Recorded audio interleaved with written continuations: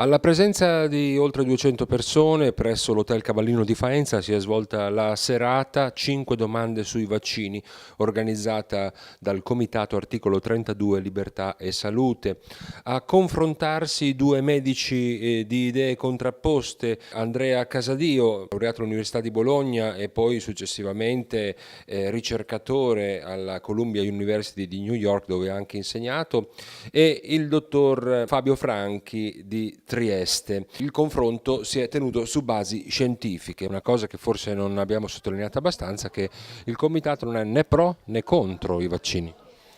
Noi l'abbiamo scritto anche nel nostro statuto, a dispetto di quelli che ci etichettano in qualche modo, noi riteniamo che i vaccini possano essere utili se utilizzati con le giuste informazioni, la giusta consapevolezza in situazioni nelle quali valga la pena utilizzarli, perché sono un intervento medico rilevante, invasivo, importante, per il quale bisogna avere tutte le informazioni necessarie per poterne valutare il bilancio costi-benefici, rischi e benefici. Quindi questo e solo questo crediamo che sia importante, cioè non abbiamo una fede da difendere, non abbiamo una barricata, non ci interessava sapere chi vinceva, perché l'unica cosa che ci interessa veramente che vinca è la salute dei nostri figli. A sostenere una posizione critica nei confronti dell'obbligo vaccinale questa sera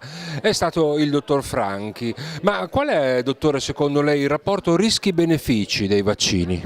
Il rapporto rischio-beneficio dovrebbe essere valutato con degli studi adeguati. Questi studi adeguati non sono stati fatti. L'obbligo vaccinale è per 10 vaccinazioni e non c'è stato nessuno studio clinico che paragoni bambini vaccinati con 10 vaccinazioni rispetto a una popolazione non vaccinata.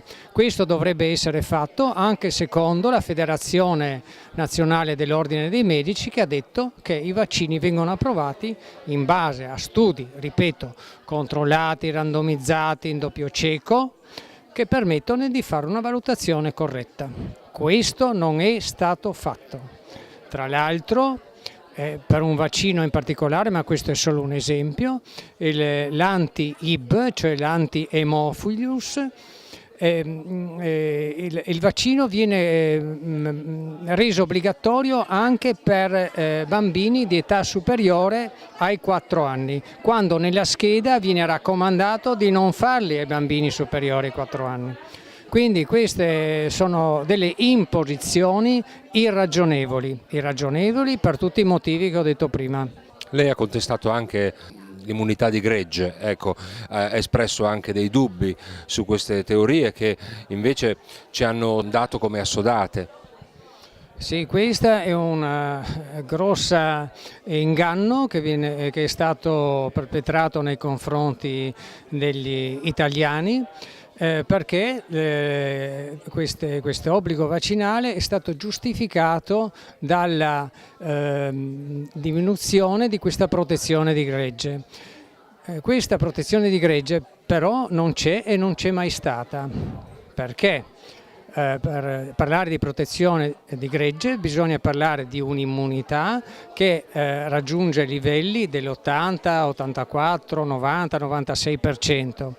Allora, in particolare per la polio e la difterite, questa immunità di gregge nella popolazione italiana non c'è, perché la gran parte della popolazione adulta, che costituisce la maggior parte della popolazione, c'è una scopertura verso questi germi. Quindi le epidemie temute non si sono verificate negli ultimi 30 anni, nonostante questa protezione di gregge non ci sia mai stata.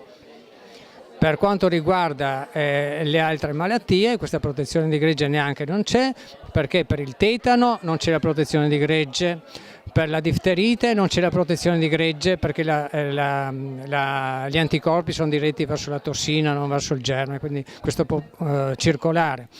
Per la polio, con l'antipolio Salk, non c'è la protezione se non quella individuale, quella collettiva no, perché l'immunità è individuale, non è della mucosa, cioè non dà un'immunità della mucosa, la sola che riesce ad impedire la circolazione del virus.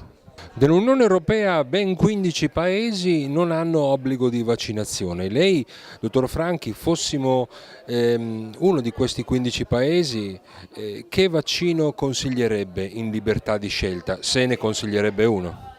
Allora, dunque, io consiglierei di fare una valutazione secondo quella che è l'epidemiologia di una determinata popolazione in quel determinato momento. È chiaro che l'epidemiologia è ben diversa qua da noi rispetto all'Africa, rispetto a un altro paese, e quindi bisogna tener conto di quello, e anche nel corso del tempo è cambiata. Oggi non è la stessa situazione che c'era 60 anni fa, ovviamente. Quindi per certe vaccinazioni adesso non ha nessun senso farle, per esempio quella dell'antiepatite B, di cui non ho avuto tempo di parlare. Questa fatta a bambini di età di 2 mesi non ha nessun senso, potrebbe eventualmente essere fatta successivamente nei gruppi a rischio. Altre nazioni hanno utilizzato appunto la vaccinazione solo per i gruppi a rischio e hanno ottenuto gli stessi risultati nostri.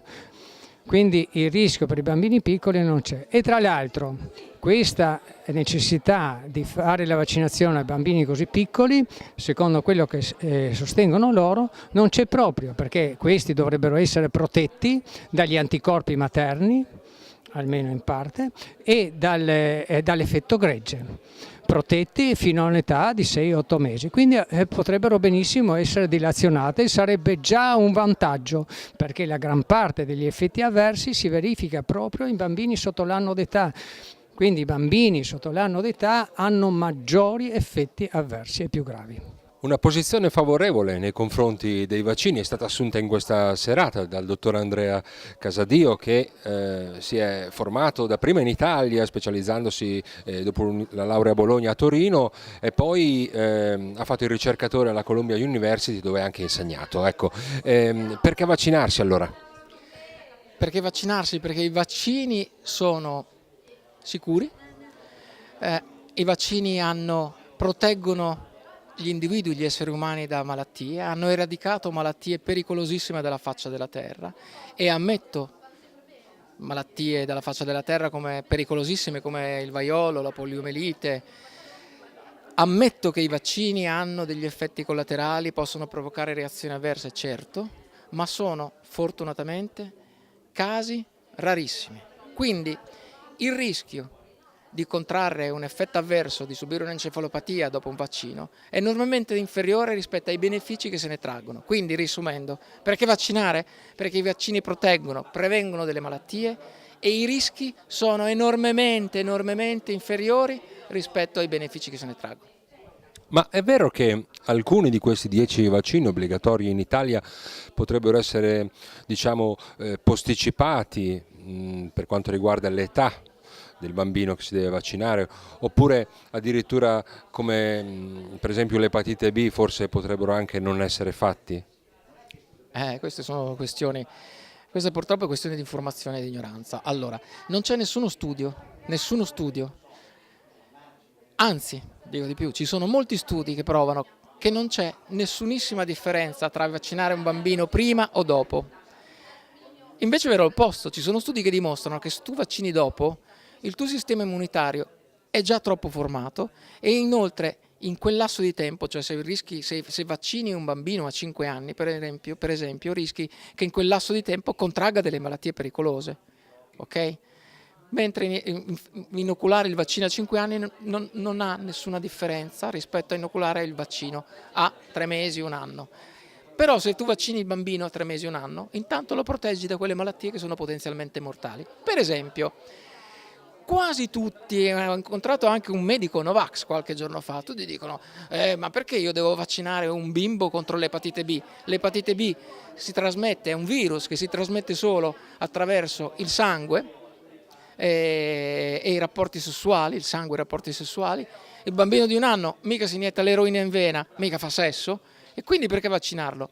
Però se uno si informa bene e va sul sito dell'Organizzazione Mondiale della Sanità e studia un po' la letteratura scientifica, scopre che il virus dell'epatite B si trasmette anche attraverso la saliva ed è un virus molto resistente, quindi un bimbo di pochi mesi o di un anno al nido, a scuola o giocando con i bambini, con i suoi amici, può infettarsi semplicemente scambiando un ciuccio, dando un bacettino oppure giocando, ciucciando un asciugamano infetto, perché ricordate che il virus dell'epatite B è resistentissimo all'esterno del corpo, sopravvive in ambiente umido anche 7 giorni, quindi un bambino che tocca un ciuccio, su quel ciuccio per 7 giorni resta il virus dell'epatite B. Un bambino gioca con un asciugamano, su quell'asciugamano per 7 giorni, bambino infetto ovviamente di epatite o portatore sano dell'epatite B, quel virus resta lì 7 giorni ed è pericolosissimo. Difatti l'Organizzazione Mondiale della Sanità dice: i bambini